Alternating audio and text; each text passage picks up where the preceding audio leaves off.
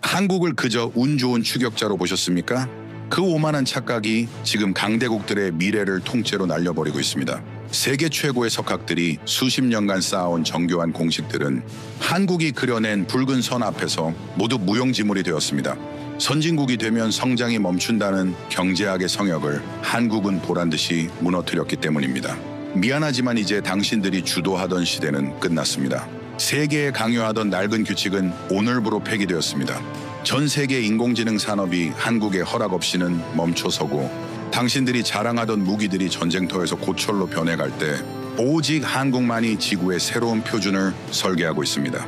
제발 살려달라며 서울행 비행기 티켓을 구걸해야 하는 강대국들의 충격적인 현실. 대체 이들은 어떻게 50년 만에 전 세계의 성적표를 채점하는 지배자가 된 걸까요? 도대체 어떤 지독한 유전자가 흐르기에 세계가 이토록 공포 섞인 침묵에 잠긴 걸까요? 보이지 않는 통치자, 대한민국의 무서운 설계도를 지금 시작합니다. 영상을 시청하신 후 마음에 드신다면 좋아요와 구독 버튼을 꼭 눌러주세요. 여러분의 관심이 저에겐 큰 힘이 됩니다. 그럼 바로 시작하겠습니다. 저는 그 강의 얘기를 처음 들었을 때 피식 웃었습니다. 유럽도 아니고 중국도 아니고 한국이요? K-팝이 유행하고 드라마가 넷플릭스를 점령한다는 건 알고 있었죠. 그런데 그게 하버드 강의실까지 들어올 일인가 싶었습니다. 솔직히 어이가 없었어요. 그런데 친구들이 하나같이 말했습니다. 들어봐, 잭. 진짜로. 너도 절대 반박 못할걸? 그 말이 오히려 저를 자극했죠. 하버드 경제학부 수석이 전미 토론대회 우승자가 한국 강의 하나를 반박 못한다고요? 저는 맨 앞줄에 앉았습니다. 처음부터 끝까지 뜯어주겠다는 생각으로요. 그게 제 실수였습니다. 블레이크 교수님은 강단에 서자마자 강의실을 한번 둘러보셨습니다. 그리고 조용히 물으셨죠. 이 세상에서 미국과 중국이 동시에 눈치를 보는 나라가 있다는 걸 아십니까? 강의실 안이 순간 어색해졌습니다. 몇몇이 서로 눈을 마주쳤죠. 저는 속으로 생각했습니다. 설마 한국이라고 하려는 건 아니겠지. 바로 한국입니다. 역시나였습니다. 저는 입꼬리가 올라가는 걸 참았죠. 그런데 교수님은 거기서 멈추지 않으셨습니다. 보통의 국가가 칼 한 자루를 벼릴 때 한국은 무기고 전체를 채웠습니다. 오늘 그 이유를 보여드리겠습니다. 그리고 화면에 숫자가 떴습니다. 인구 5천만, 국토 면적 세계 107위, 수출 세계 6위 7천억 달러. 저는 순간 멈칫했습니다. 7천억 달러면 프랑스보다 많은 수출액이죠. 에펠탑과 루이비통과 에어버스의 나라, 프랑스. 그 프랑스를 국토도 인구도 한참 못 미치는 나라가 수출해서 앞질렀다는 겁니다. 프랑스보다 작은 나라가 세계 공장의 6번 라인을 통째로 돌리고 있습니다. 믿어지십니까? 저는 그게 특정 산업 하나에 몰빵한 결과겠거니 했습니다. 반도체 하나로 수출을 끌어올린 거겠지 하고요. 그런데 다음 화면이 뜨는 순간 그 생각이 완전히 박살났습니다. 반도체 세계 1위, 조선 세계 1위, 자동차 생산 세계 3위, 방산 수출 급성장, 로봇 밀도 세계 1위, 문화 콘텐츠 글로벌 점유. 이게 전부 한나라 얘기였습니다. 저는 세계 최고라는 하버드에서 경제학을 3년 공부했죠. 그리고 경제학의 가장 기본적인 원칙을 알고 있습니다. 선택과 집중. 자원이 분산되면 역량이 희석되죠. 독일은 기계와 자동차, 영국은 금융, 미국은 IT와 군사력. 그게 강대국이 된 방식이었습니다. 그런데 한국은 그 상식을 무시했습니다. 모든 분야에서 동시에 1등이 되기로 결정하고 그대로 실행해버린 겁니다. 경제학에선 선택과 집중을 가르치지만 한국은 전 분야 석권이라는 비정상적인 길을 선택했습니다. 비정상적. 그 단어가 과하지 않았습니다. 이건 진짜로 비정상적인 거였으니까요. 저는 손을 들었습니다. 반박거리를 찾았다고 생각했죠. 교수님, 한국은 특정 대기업에만 의존하는 취약한 구조 아닌가요? 하나만 무너지면 전부 같이 무너지는 구조 아닙니까? 몇몇이 고개를 끄덕였습니다. 저는 내심 흡족했죠. 교수님은 표정 하나 바뀌지 않으셨습니다. 카터, 자네는 하나만 보는군요. 그 안에 숨겨진 연결을 보는 게 중요해요. 반도체가 로봇을 만들고 로봇이 조선을 혁신하며 그 기술이 방산으로 전이됩니다. 각각의 산업이 독립된 게 아니라 하나의 유기체로 맞물려 돌아가는 거죠. 그게 한국의 진짜 무기입니다. 저는 멍했습니다. 반도체 기술이 조선업으로 흘러가고 그게 다시 방산으로 이어지는 구조. 반박할 논리가 떠오르지 않았죠. 그러는 사이 다음 데이터가 떴습니다. 삼성과 SK의 메모리 반도체 시장 점유율 68%, 그리고 HBM 시장 점유율 90%. HBM은 고대 역폭 메모리입니다. AI의 뇌라고 불리죠. 챗GPT가 작동하고 자율주행이 판단하고 의료 AI가 암을 진단하는 모든 과정에서 반드시 필요한 핵심 부품입니다. 그 시장의 90%를 한국이 쥐고 있다는 겁니다. 전 세계 AI 혁명은 한국의 허락 없이는 한 걸음도 나갈 수 없다는 뜻입니다. 저는 그 문장을 듣는 순간 등골이 서늘했습니다. 과장처럼 들렸지만 숫자가 그렇게 말하고 있었으니까요.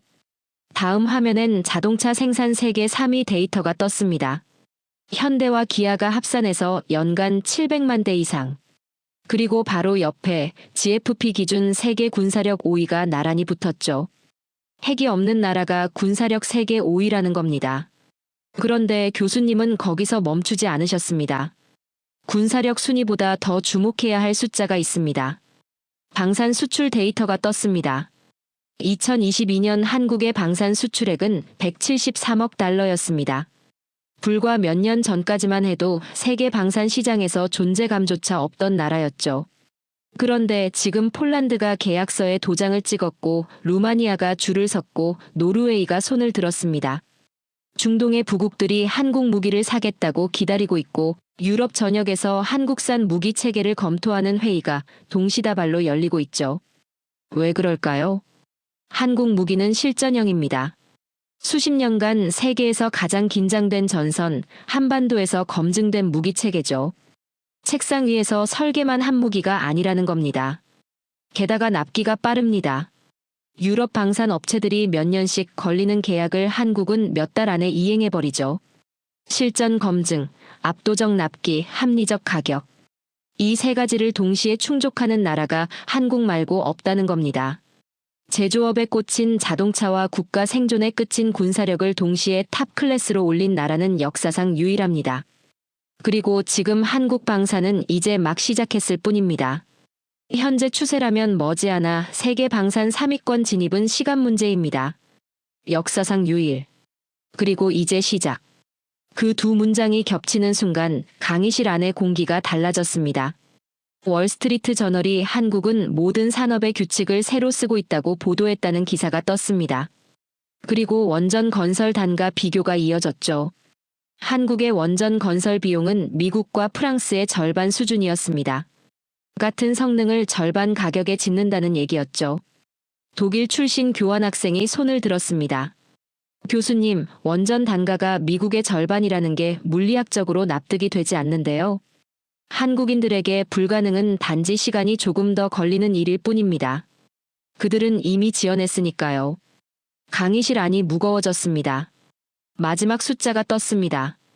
대학 진학률 17년 연속 세계 1위, 70.6%. 미국의 대학 진학률은 40%대입니다. 한국은 그 2배에 가까운 비율로 인재를 대학으로 밀어넣고 있었죠. 국가 전체가 하나의 거대한 인재 생산 시스템으로 돌아가고 있다는 말이었습니다. 교수님은 강의실을 천천히 둘러보시며 말씀하셨습니다. 지금 여러분은 스마트폰을 들고 있고 자동차를 타고 왔으며 5G 인터넷으로 연결되어 있습니다. 그 모든 순간에 한국의 기술이 숨쉬고 있다는 걸 잊지 마십시오. 저는 그 말을 들으며 손에 든 스마트폰을 내려다봤습니다. 삼성 반도체가 들어간 기기였죠. 이 모든 포트폴리오를 움직이는 단 하나의 엔진이 있습니다. 한국인만이 가진 초고속 판단 유전자. 지금부터 그 정체를 파헤쳐보죠. 초고속 판단 유전자. 그 단어가 강의실 안에 떠다니는 것 같았습니다. 저는 반박거리를 찾으러 맨 앞줄에 앉았었죠. 그런데 교수님의 말이 끝날 때마다 제가 준비해온 반론들이 하나씩 바닥으로 꺼졌습니다. 프랑스를 이긴 수출 규모, AI 혁명을 쥐고 있는 반도체 지배력, 핵 없이 군사력 5위, 유럽과 중동이 줄 서서 사가는 방산, 원전 단가 절반, 17년 연속 인재 생산 세계 1위. 이게 전부 한나라 얘기라는 게 아직도 머릿속에서 정렬이 안 됐습니다. 세계는 한국을 작은 나라라고 부르죠. 그런데 데이터는 한국을 거대한 심장이라고 부르고 있었습니다. 그리고 교수님은 지금 그 심장이 어떻게 뛰는지를 보여주려 하고 있었습니다. 초고속 판단 유전자. 교수님이 그 단어를 꺼내는 순간 저는 처음으로 반박 대신 궁금증이 생겼습니다. 유전자라는 표현이 과학적 근거가 있는 건지 아니면 그냥 수사적 표현인지. 그런데 교수님은 제가 질문을 꺼내기도 전에 이미 다음 단계로 넘어가고 계셨죠. 한국인을 처음 만나는 외국인들이 가장 먼저 느끼는 게 뭔지 아십니까? 아무도 선뜻 대답하지 않았습니다. 당혹감입니다. 교수님은 말을 이으셨습니다. 국제선 비행기가 착륙하는 순간을 생각해 보세요. 바퀴가 활주로에 닿자마자 좌석 여기저기서 딸깍딸깍 소리가 납니다. 안전벨트를 푸는 소리죠. 비행기가 완전히 멈추기도 전에 이미 통로에 서서 짐을 꺼내든 사람들. 그 사람들이 어느 나라 사람인지 굳이 물어볼 필요가 없습니다. 강의실 여기저기서 웃음이 터졌습니다. 저도 웃었죠. 실제로 본 적이 있었으니까요. 수화물 찾는 곳에서 짐이 나오기도 전에 벨트 앞에 바짝 붙어 서서 구멍만 뚫어지게 바라보는 사람들. 출국 심사줄에 가장 먼저 나타나 있는 사람들. 전부 한국인들입니다. 한 학생이 말했습니다. 저도 봤어요. 처음엔 무례하다고 생각했는데 무례가 아닙니다. 진화입니다. 교수님 목소리가 낮아졌습니다. 서양인들은 그 모습을 보고 참을성 없는 민족이라고 비웃죠. 그런데 저는 다르게 봅니다. 낭비되는 시간을 본능적으로 제거하려는 최적화 본능이에요. 1초라도 먼저 움직이면 그만큼 앞서간다는 걸 몸으로 아는 사람들입니다. 빨리빨리. 서구 학자들은 오랫동안 그 단어를 한국의 단점으로 규정했습니다. 천박한 조급함, 성격 급한 민족의 결함이라고요. 그런데 교수님은 그 정의를 완전히 뒤집으셨죠. 빨리빨리는 조급함이 아닙니다. 초고속 판단과 실행을 하나로 묶은 고등지능이에요. 그들에게 속도는 성격이 아니라 전략입니다. 저는 그 순간 머릿속에서 뭔가가 재배열되는 느낌이 들었습니다. 조급함과 민첩함은 다르죠. 그런데 저는 그동안 한국의 속도를 전자로만 읽고 있었던 겁니다. 그렇다면 이 속도는 어디서 온 걸까요? 교수님이 강의실을 둘러보셨습니다. 한국이 5,000년 역사 동안 외세의 침략을 받은 횟수가 얼마나 되는지 아는 분 있습니까? 몇몇이 손을 들었습니다. 임진왜란, 병자호란, 일제강점기. 굵직한 사건들을 말했죠. 교수님은 고개를 저으셨습니다. 기록에 남은 것만 최소 900번입니다. 강의실이 순간 조용해졌습니다. 900번. 그 숫자가 주는 무게가 달랐습니다. 평균으로 치면 5년마다 한 번씩 외적이 쳐들어온 셈이었죠. 우물쭈물하는 자는 노예가 되거나 죽었습니다. 0.1초의 판단 착오가 곧 멸망이었던 환경 속에서 수천 년을 버텨온 겁니다. 그 지옥 같은 생존 환경이 빚어낸 게 바로 직관적 지능이에요. 빨리빨리는 그 역사가 유전자에 새긴 흔적입니다. 저는 그제야 이해가 됐습니다. 공항에서 안전벨트를 가장 먼저 푸는 사람들. 짐이 나오기도 전에 벨트 앞에 서 있는 사람들. 그게 무례도 아니고 조급함도 아니었습니다. 수천 년의 생존이 몸에 새겨진 결과였던 거죠. 교수님이 말을 이으셨습니다. 독일 지멘스와 삼성을 비교한 연구가 있습니다. 똑같은 규모의 경영 현안이 발생했을 때 독일 이사회는 2주간 회의를 열었어요. 안건을 검토하고 리스크를 분석하고 보고서를 작성하고 다시 검토하는 과정을 거쳤죠. 그동안 삼성 실무진은 어떻게 했을까요? 아무도 대답하지 않았습니다. 현장에서 이미 문제를 해결하고 다음 프로젝트로 넘어가 있었습니다. 그 말이 끝나자마자 저는 펜을 내려놨습니다. 받아 적는 게 의미 없다는 생각이 들었거든요. 이건 이론이 아니라 실제로 벌어지고 있는 일이었으니까요. 분석하는 사람과 실행하는 사람이 싸우면 누가 이깁니까? 시장은 항상 실행한 사람의 손을 들어줬습니다. 그리고 한국은 그걸 국가 단위로 실천한 유일한 나라예요. 한 학생이 손을 들었습니다. 교수님, 그런 속도가 부실을 낳지는 않나요? 충분히 검토하지 않고 밀어붙이면 사고가 나지 않습니까? 교수님은 잠시 그 학생을 바라보셨습니다. 카터, 자네도 같은 생각인가요? 저는 솔직히 고개를 끄덕였습니다. 합리적인 반론이라고 생각했으니까요. 그 질문, 저도 20년 전에 했었어요. 그런데 지금 한국의 원전 건설 단가를 보면 답이 나옵니다. 미국과 프랑스의 절반 가격으로 짓는데 안전 등급은 세계 최고 수준이죠. 속도 위에 정밀함까지 이식한 겁니다. 한국은 빠르게 실패하고 빠르게 수정하고 빠르게 완성합니다. 그 사이클이 남들의 한 번 도전보다 훨씬 많은 학습을 만들어내는 거예요. 그리고 이렇게 덧붙이셨죠. 파이낸셜 타임스가 이런 말을 했습니다.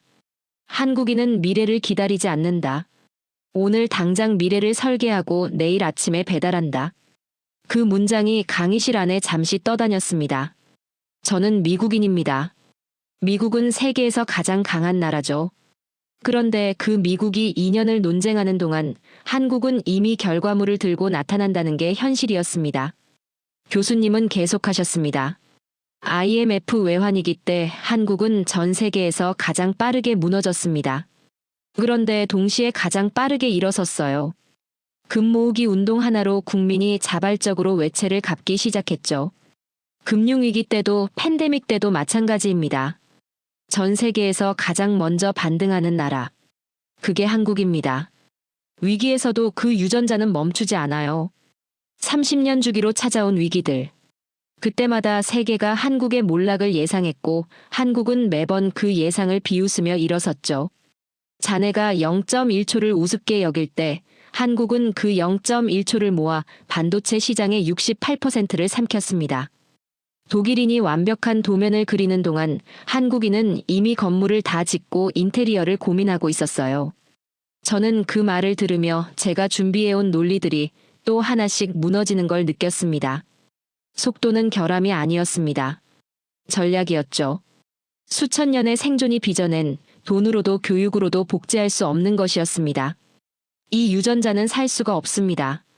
어떤 나라도 교과서로 가르칠 수 없어요. 수천 년의 사투가 빚어낸 오직 한국인만이 가진 것입니다. 저는 그 순간 한 가지 생각이 들었습니다. 이 민족이 전쟁터에서는 어떠했을까? 이 속도와 이 판단력이 극한의 전장에서 발휘됐을 때 어떤 결과를 만들어냈을까? 그 답을 교수님은 이미 준비하고 계셨습니다. 교수님이 강의실을 한번 둘러보셨습니다. 그리고 천천히 입을 여셨죠. 전 세계에서 가장 조용한 저승사자들이 누구인지 아십니까? 아무도 대답하지 않았습니다.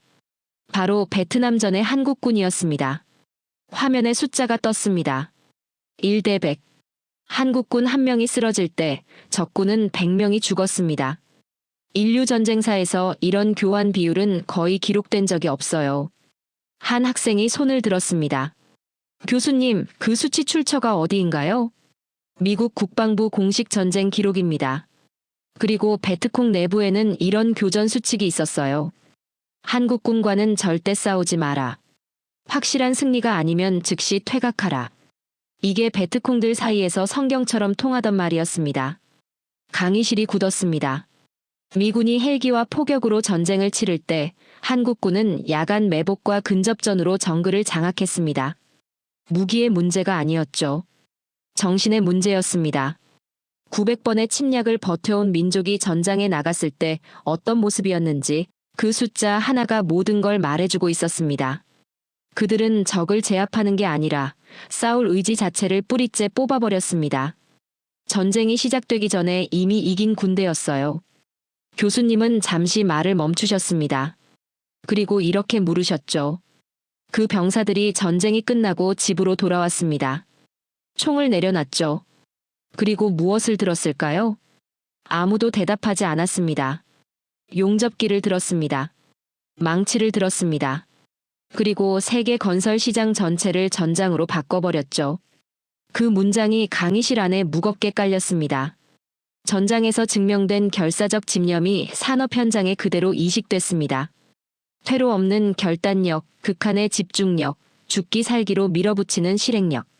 총을 내려놨을 뿐 그들은 여전히 전쟁 중이었습니다. 다만 전장이 정글에서 공장으로, 사막으로, 바다로 바뀌었을 뿐이었죠. 교수님이 다음 장면을 꺼내셨습니다. 1970년대 중동을 떠올려 보세요. 40도를 넘나드는 모래바람 속에서 24시간 교대 근무를 하며 사막의 스카이라인을 바꿔놓은 사람들이 있었습니다. 두바이의 빌딩들, 사우디의 도로들, 그 콘크리트 안에 한국 근로자들의 땀이 녹아 있어요. 그들은 더위를 핑계대지 않았습니다. 모래바람을 이유로 삼지 않았죠. 그저 지었습니다. 뉴욕타임스가 이런 말을 했습니다. 한국은 민간 기업의 탈을 쓴 거대한 군대다. 그들이 목표를 정하면 시장은 초토화된다. 강의실 안에서 누군가 낮게 탄성을 흘렸습니다. 교수님은 계속하셨습니다.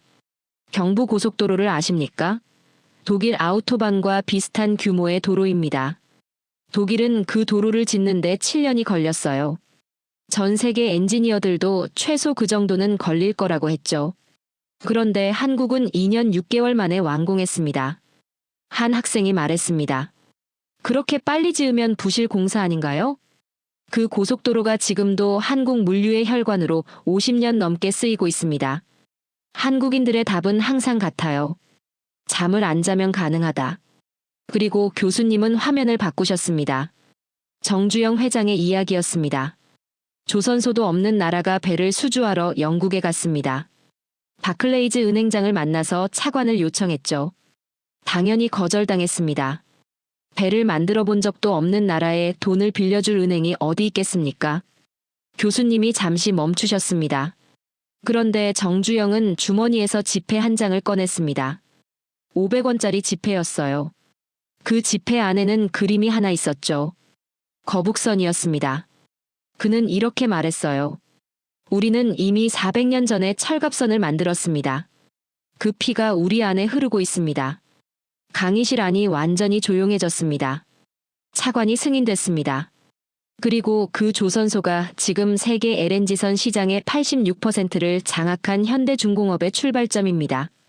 저는 그 이야기를 들으며 등골이 서늘해지는 느낌이 들었습니다. 백사장 사진 한 장과 500원짜리 지폐 한 장으로 조선 강국의 씨앗을 심은 겁니다.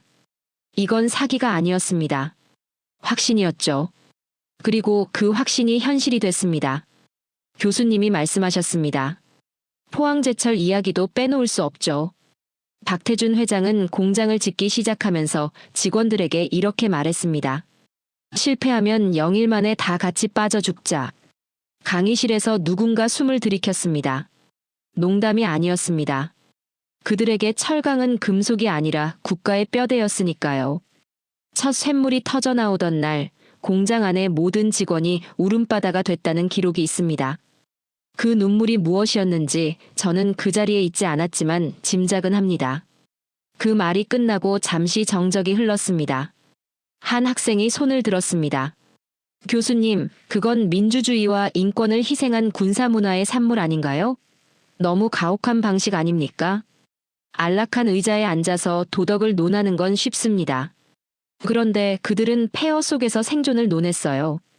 전쟁이 끝나고 아무것도 없는 땅 위에서 국가를 일으켜야 했던 사람들입니다. 그 가혹함이 없었다면 지금 자네 손목의 갤럭시 워치도 자네 주머니 속의 반도체도 없었을 겁니다. 저는 그 말에 반박할 수가 없었습니다. 교수님이 다시 화면을 바꾸셨습니다. 방산 수출 데이터였습니다. 최근 폴란드가 한국의 대규모 무기 계약을 체결했습니다. 독일은 같은 무기를 공급하는데 5년이 걸린다고 했어요. 한국은 1년 만에 현지에 납품했습니다. 폴란드 시민들이 한국 무기가 도착하자 이제야 잠을 잘 수 있겠다며 환호했다는 뉴스가 유럽 전역에 퍼졌죠. 독일 전차가 도면 위에 머물 때 한국 전차는 이미 유럽의 평원을 달리고 있었습니다. 이게 바로 전장에서 단련된 민족의 납기 감각입니다. 그리고 교수님은 이렇게 마무리하셨습니다. 한국인들에게 산업화는 경제활동이 아니었습니다. 또 다른 형태의 전쟁이었어요. 그리고 그들은 전쟁터에서 했던 것과 똑같이 했습니다. 물러서지 않았고 변명하지 않았으며 결국 이겼습니다. 저는 그 순간 한 가지 생각이 들었습니다. 이 나라는 폐허에서 시작해 세계를 제패했습니다. 그런데 정점에 도달한 나라들이 흔히 빠지는 함정이 있죠. 안주입니다. 성공한 나라들은 대부분 거기서 멈췄습니다. 역사상 가장 위험한 함정이 무엇인지 아십니까? 성공입니다. 저는 순간 의아했습니다. 성공이 함정이라는 게 무슨 말인지 바로 와닿지 않았죠. 대부분의 나라는 1등이 되는 순간 멈춥니다. 당연한 거예요. 올라오느라 지쳤고 이제 누릴 자격이 있다고 느끼니까요. 영국이 그랬고 스페인이 그랬으며 일본이 그랬습니다. 정상에 도착한 순간 샴페인을 터뜨렸고 그게 그들의 마지막 축배가 됐죠. 그런데 한국은 1등이 되는 순간 공포를 느낍니다. 저는 그 말을 듣는 순간 뭔가 이상하다고 생각했습니다. 1등이 됐는데 왜 공포를 느끼는 거죠? 누군가 내 뒤에 바짝 붙었다는 지독한 불안. 그게 한국인에게 1등의 의미입니다. 안도가 아니라 경보음이에요. 그래서 그들은 정상에서 엔진을 교체합니다. 그 말이 끝나자마자 화면이 바뀌었습니다. 낡고 부서진 기계 부품들이 유리 케이스 안에 전시된 사진이었습니다. 박물관처럼 보였죠. 한국의 한 중견기업 연구소입니다. 이 안에는 녹아내리고 부서진 초기 실험 모델들이 전시되어 있어요. 보통 회사라면 창고 구석에 처박아 두거나 폐기했을 것들이죠. 그런데 한국의 엔지니어들은 그것들을 당당히 내걸었습니다. 우리의 진짜 자산은 이 실패들이다 라고 말하면서요. 저는 그 장면을 보며 솔직히 낯설었습니다. 미국 기업 문화에서 실패는 감추는 것이니까요. 성과만 내세우고 실패는 덮어두는 게 일반적이었죠. 일본을 보십시오. 결함을 숨기다가 쇠락한 기업들이 줄을 섰습니다. 도요타, 소니, 샤프. 한때 세계를 호령하던 이름들이 왜 지금 한국 기업들의 그늘에 있는 건지 아십니까? 실패를 은폐하는 문화 때문입니다. 반면 한국은 실패를 데이터로 변환해서 전 직원이 공유합니다. 실패가 쌓일수록 더 강해지는 구조예요. 한 학생이 손을 들었습니다. 교수님, 실패를 장려한다지만 한국 사회는 여전히 패자에게 가혹하지 않나요? 실패한 사람이 다시 일어서기 어려운 구조라고 들었는데 그게 어떻게 혁신의 동력이 될 수 있는 건가요? 사회적 시선은 가혹할 수 있어요. 그런데 한국의 시스템은 실패한 엔지니어의 뇌를 절대로 그냥 버리지 않습니다. 그 사람이 쌓은 실패의 데이터, 그 경험이 다음 프로젝트의 출발점이 되죠. 사람은 가혹하게 다뤄도 그 사람의 실패 경험은 철저하게 보존합니다. 그게 한국식 혁신 시스템의 본질이에요. 그리고 교수님은 HBM 이야기를 꺼내셨습니다. AI의 뇌, 고대 역폭 메모리. 그 시장의 90%를 한국이 쥐고 있다는 건 아까도 언급했습니다. 그런데 그게 어떻게 가능했는지는 몰랐죠. 10년 전으로 돌아가 보겠습니다. 한국의 엔지니어들이 HBM 개발을 시작했을 때 주주들이 들고 일어났습니다. 이게 팔리겠냐고요. 시장이 없다고. 미국과 일본의 전문가들도 마찬가지였습니다. 안 될 거라고 했죠. 그런데 한국은 10년을 밀어붙였습니다. 실패를 거듭하면서도 멈추지 않았어요. 그리고 AI 혁명이 터지는 순간 그 10년의 실패가 전부 자산이 됐습니다. 지금 엔비디아가, 마이크로소프트가, 구글이 한국 없이는 아무것도 못하는 이유가 바로 그 10년입니다. 저는 그 말을 들으며 가슴이 서늘해졌습니다. 세계가 안 된다고 할 때 혼자 10년을 버텼다는 게, 그리고 그 버팀이 결국 세계를 손에 쥐었다는 게. 교수님이 다음 데이터를 꺼내셨습니다. 한국의 산업용 로봇 밀도를 보겠습니다.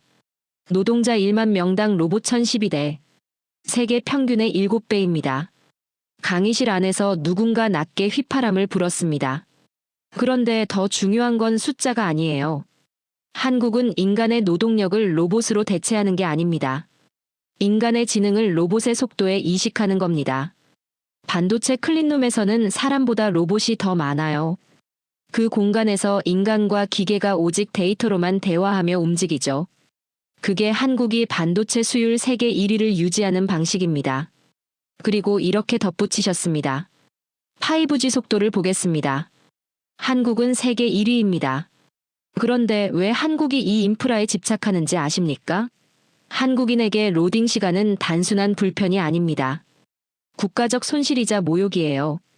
그 정서가 세계에서 가장 빠른 인터넷 환경을 만들어냈고 그 인프라 위에서 AI 산업과 스마트 팩토리와 자율주행이 동시에 자라고 있는 겁니다.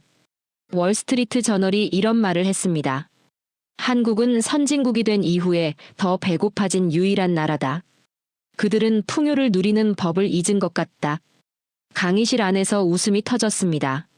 그런데 그 웃음 속에 묘한 긴장감이 섞여 있었죠. 웃을 일이 아닙니다.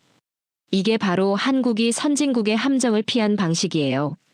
배고픔을 잃지 않은 겁니다. 교수님은 화면을 바꾸셨습니다.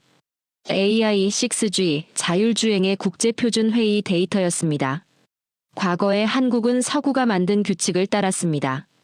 ISO 표준, 기술 규격, 산업 기준. 전부 유럽과 미국이 정했고 한국은 그 아래에서 움직였죠. 그런데 지금 그 판이 바뀌고 있습니다. AI 표준 회의에서 6G 규격 논의에서 자율주행 기준 설정에서 의사봉을 두드리는 사람들이 한국인입니다. 게임의 룰이 이제 서울에서 쓰이기 시작했어요.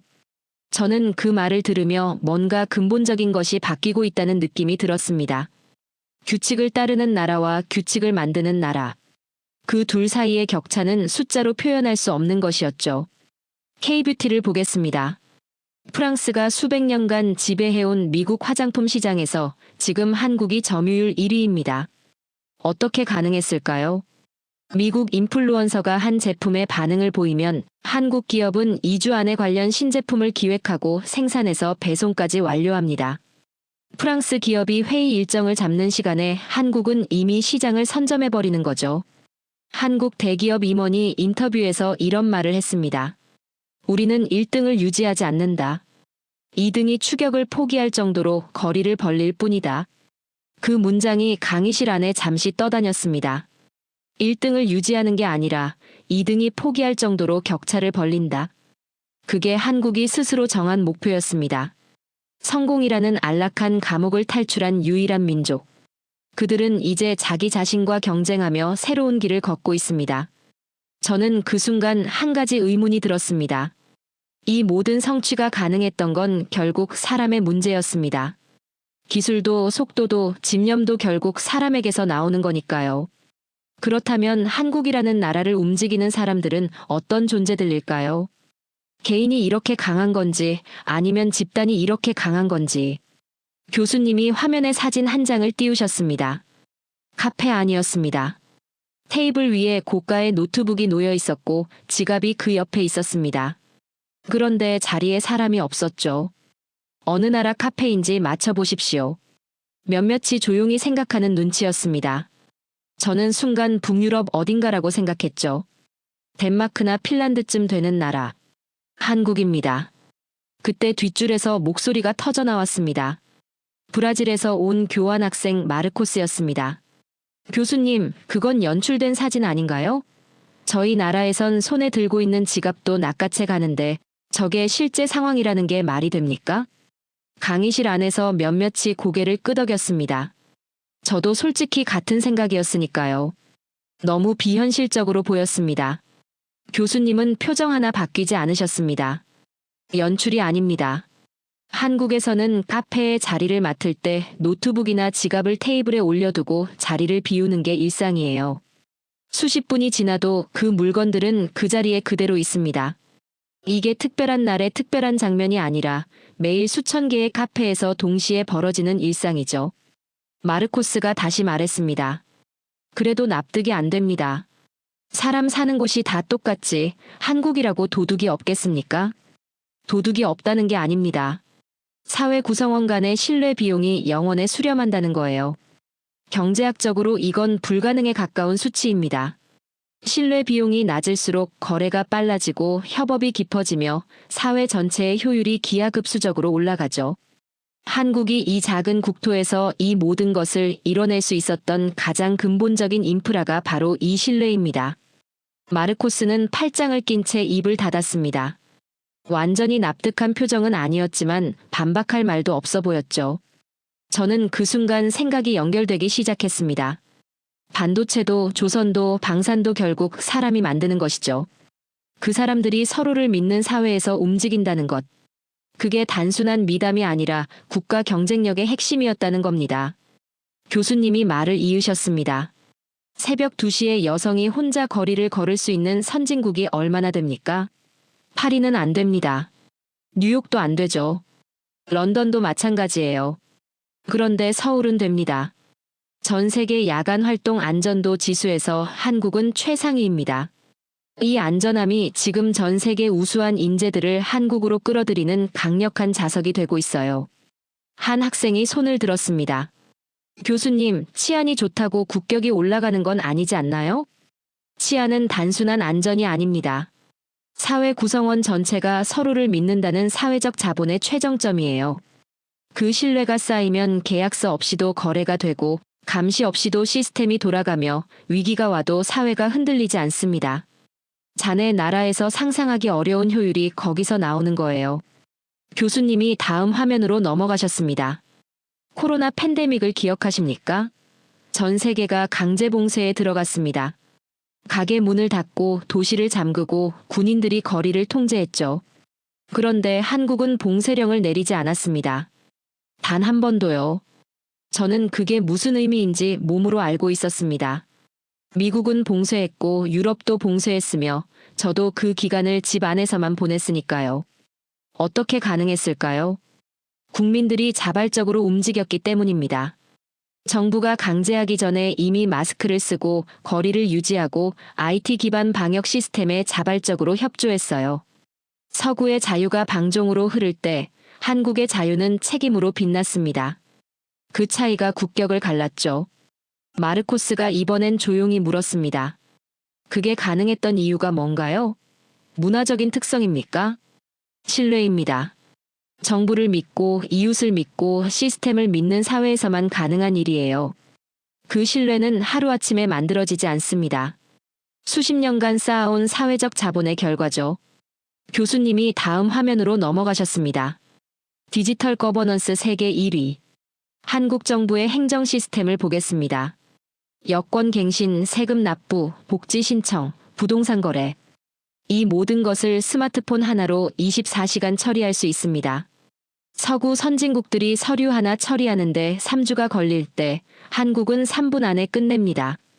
에스토니아가 디지털 정부의 선두주자로 불렸지만 지금 그 자리도 한국이 가져갔어요.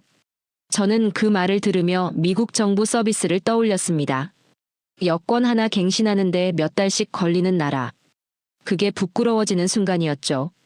전 세계 기업들 사이에서 흥미로운 공식이 생겼습니다. 한국에서 통과되면 전 세계에서 통과된다는 말이죠. 한국 소비자들은 세계에서 가장 까다롭고 가장 빠르게 반응하며 가장 정확하게 트렌드를 읽습니다. 그래서 글로벌 기업들이 신제품을 한국 시장에 먼저 내놓는 거예요. 한국 소비자의 반응이 곧 세계 시장의 나침반이 됐습니다. 그리고 교수님은 비영어권 문화 이야기를 꺼내셨습니다.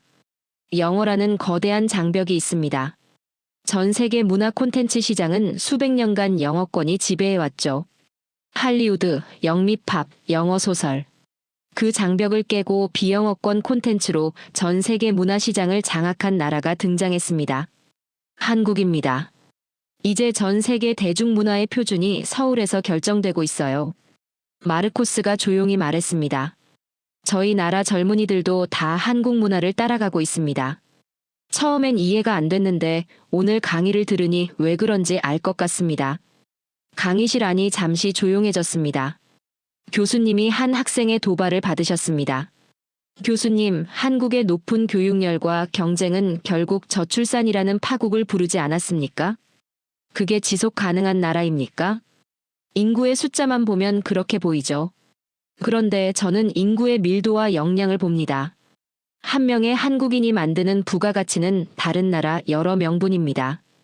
그들은 이제 노동이 아니라 지능으로 국가를 돌리고 있어요. 로봇이 생산하고 AI가 설계하며 인간은 그 위에서 전략을 짜는 구조로 이미 전환 중입니다. 저출산은 도전이지만 한국은 그 도전조차 혁신의 이유로 삼을 겁니다. 월스트리트 저널이 이런 말을 했다는 기사가 떴습니다. 한국은 이제 벤치마킹의 대상이 아니라 인류가 도달해야 할 디지털 유토피아의 시제품이다. 저는 그 문장을 읽으며 강의실에 들어오던 순간을 떠올렸습니다. 피식 웃으며 앉았던 맨 앞줄. 한국이라는 나라를 얕봤던 그 순간. 그게 얼마나 무지한 오만이었는지 이제는 부끄럽기까지 했습니다. 세계는 한국을 작은 나라라고 부르죠. 그런데 지금 이 강의실에서 확인한 건 달랐습니다. 한국은 이미 전 세계가 따라야 할 표준이 되어 있었습니다. 그런데 교수님의 눈빛은 아직 끝나지 않았다고 말하고 있었습니다. 지금까지 본 것들이 전부가 아니라는 듯이요. 한국이 단순히 규칙을 잘 따르는 나라가 아니라 이제 그 규칙 자체를 새로 쓰고 있다는 것을. 규칙을 쓰는 자가 세상을 지배합니다. 강의실 안이 순간 조용해졌죠. 지난 100년을 생각해 보세요. 미국과 유럽이 규칙을 썼습니다. 기술 표준을 정하고 무역 질서를 설계하고 금융 시스템을 구축했죠. 한국은 그 규칙을 받아 적는 쪽이었어요. 배우고 따라가고 인정받으려 했습니다. 그런데 지금 그 펜이 한국의 손으로 넘어가고 있습니다. 저는 그 말을 듣는 순간 뭔가 근본적인 전환이 일어나고 있다는 느낌이 들었습니다. 규칙을 따르는 나라와 규칙을 만드는 나라. 그 둘 사이의 간극은 숫자로 표현되지 않는 종류의 것이었죠. HBM 이야기를 다시 해보죠. 엔비디아의 젠슨 황 회장이 삼성 반도체 공장을 방문했을 때 직접 친필 사인을 남겼어요. 세계 최고의 AI 반도체 기업 총수가 부품 공급사를 찾아가 경의를 표한 겁니다. 그게 지금 한국이 서 있는 위치예요. 저는 그 장면을 상상하며 입이 벌어졌습니다. 젠슨 황이 누굽니까? AI 혁명의 심장부를 쥔 사람이죠. 그 사람이 한국 공장 앞에서 고개를 숙였다는 겁니다. 6G입니다. 차세대 무선통신 표준. 지금 전 세계 기술 강국들이 이 표준을 선점하려고 치열하게 싸우고 있죠. 표준을 선점한다는 건 미래의 모든 무선 기기가 자국의 규칙 위에서 작동하게 된다는 뜻이었습니다.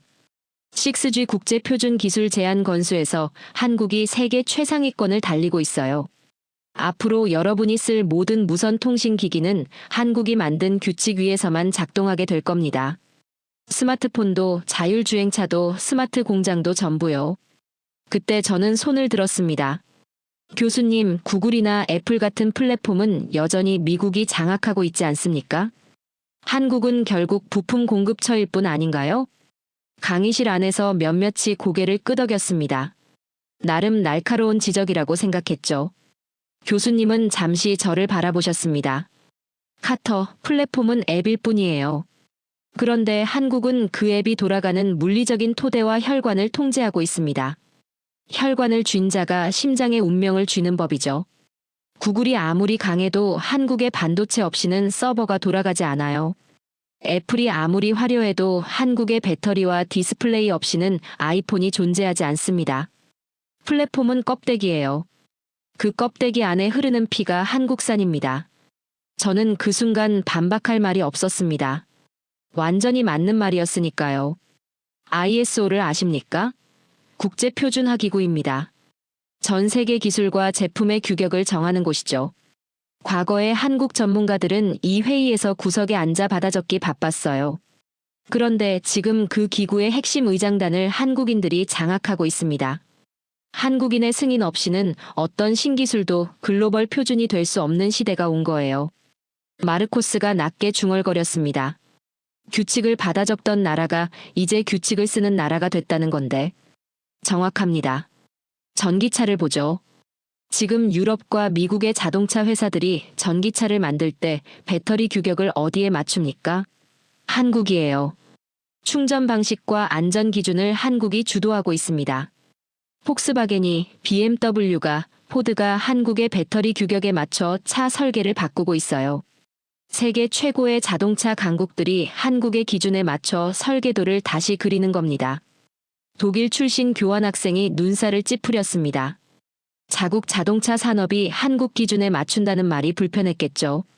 그런데 반박하지 않았습니다. 사실이었으니까요. 스마트 시티입니다.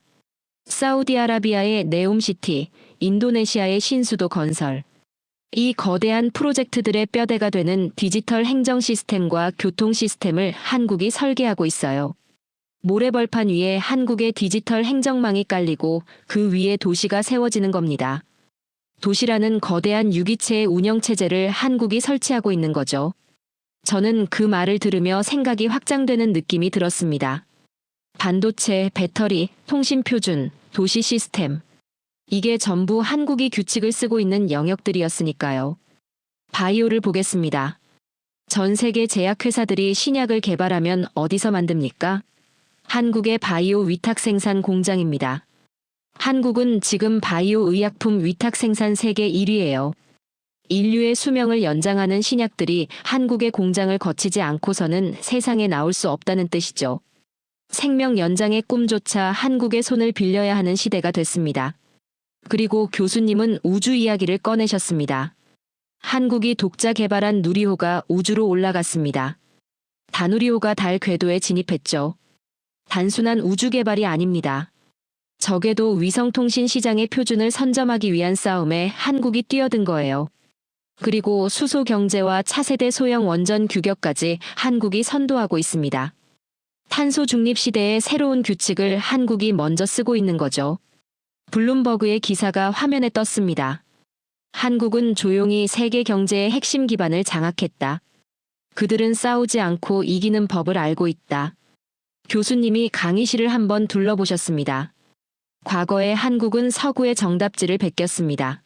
그런데 이제는 한국이 쓴 문제가 전 세계의 시험지가 됐어요. 여러분 손에 든 최신 스마트폰의 속도와 지능. 그 모든 규칙은 한국의 연구소에서 이미 몇 년 전에 결정된 겁니다. 한국의 표준을 거부한다는 건 현대 문명이라는 기차에서 스스로 내리겠다는 선언과 같아요. 저는 그 말을 들으며 강의실에 처음 들어오던 순간을 떠올렸습니다. 피식 웃으며 앉았던 맨 앞줄. 한국이라는 나라를 얕봤던 그 오만함. 추격의 시대는 끝났습니다. 세계는 이제 한국이 닦아놓은 길 위를 달리고 있었죠. 그런데 교수님의 눈빛은 아직 끝나지 않았다고 말하고 있었습니다. 한국의 젊은 세대가 무너지고 있다는 말 들어보셨습니까? 서구 언론들이 그렇게 씁니다. 한국 청년들이 지쳐있다고, 포기하고 있다고요. 그런데 저는 그 기사들을 볼 때마다 이런 생각이 듭니다. 데이터를 제대로 본 건지 의심스럽다고요. 저는 그 말에 귀가 쫑긋해졌습니다. 솔직히 저도 한국 젊은이들이 극심한 경쟁에 지쳐 무너지고 있다는 이야기를 들어본 적이 있었으니까요. 지금 미국과 유럽의 젊은이들 사이에서 유행하는 게 뭔지 아십니까? 조용한 퇴사입니다. 최소한만 하고 더 이상 애쓰지 않겠다는 거죠. 번아웃을 피하겠다며 스스로 속도를 줄이는 세대예요. 그런데 같은 시기 한국 젊은이들 사이에서 유행한 문화가 있습니다. 새벽 5시에 일어나 운동하고 공부하고 자기 개발로 하루를 꽉 채우는 삶의 방식이죠. 신처럼 바지런하게 산다는 의미의 문화입니다. 그게 실제로 유행한다고요? 누군가 물었습니다. 데이터가 증명합니다. 한국 청년들의 자기개발 지출, 독서 모임 참여율, 직무교육 수강 시간. 전부 세계 최상위권이에요. 서구의 청년들이 풍요에 취해 속도를 줄일 때 한국의 청년들은 부모의 성취를 발판 삼아 더 높은 곳을 겨냥하고 있습니다. 포기가 아니라 가속이죠. 저는 그 대조가 머릿속에 선명하게 그려졌습니다.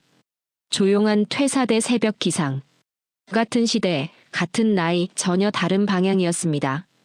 교수님이 말을 이으셨습니다. 부모 세대가 무엇을 만들었는지 생각해 보세요. 반도체를 만들었고 철강을 세웠으며 조선소를 일으켰습니다. 국가의 뼈대를 세운 거죠. 그런데 자녀 세대는 그 뼈대 위에 무엇을 올리고 있습니까? 문화를 올리고 AI를 올리고 있어요.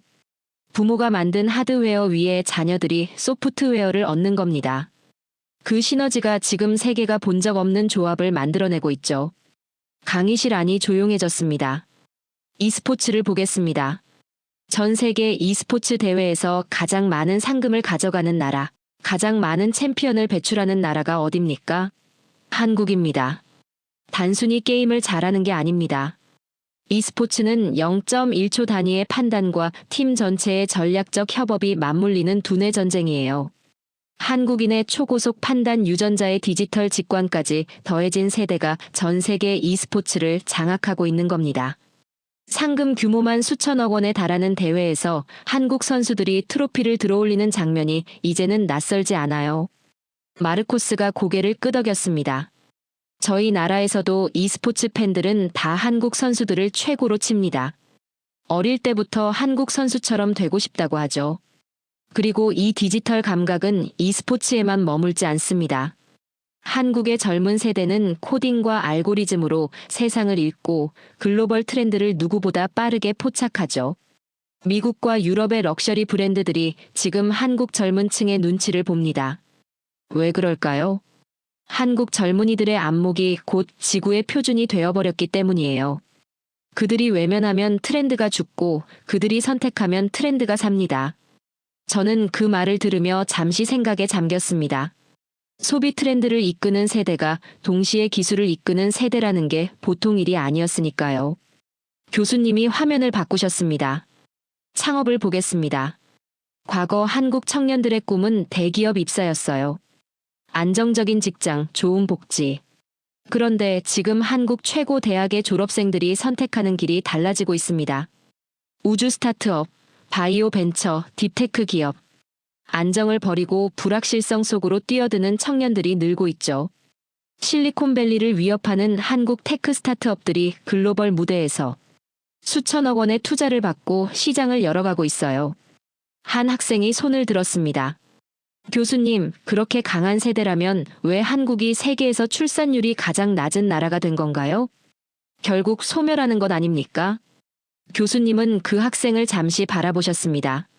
숫자를 보는 눈과 밀도를 보는 눈은 다릅니다. 한 명의 한국인 엔지니어가 세계 최고 수준의 자동화 시스템을 제어할 때 그 한 명이 만들어내는 부가가치가 얼마인지 계산해 봤습니까? 머릿수가 줄어드는 건 분명 도전입니다. 그런데 한국은 그 도전을 회피하지 않아요. 로봇이 생산하고 AI가 설계하며 인간은 그 위에서 전략을 짜는 구조로 이미 전환 중이죠. 그들은 머릿수가 아니라 지능의 총량으로 승부하는 나라입니다. 그리고 교수님은 최근 흐름 하나를 꺼내셨습니다. 브레인 드레인이라는 말을 아십니까? 인재가 빠져나가는 현상이죠. 개발도상국에서 선진국으로 인재가 유출되는 걸 그렇게 부릅니다. 그런데 지금 한국에서는 반대 현상이 일어나고 있어요.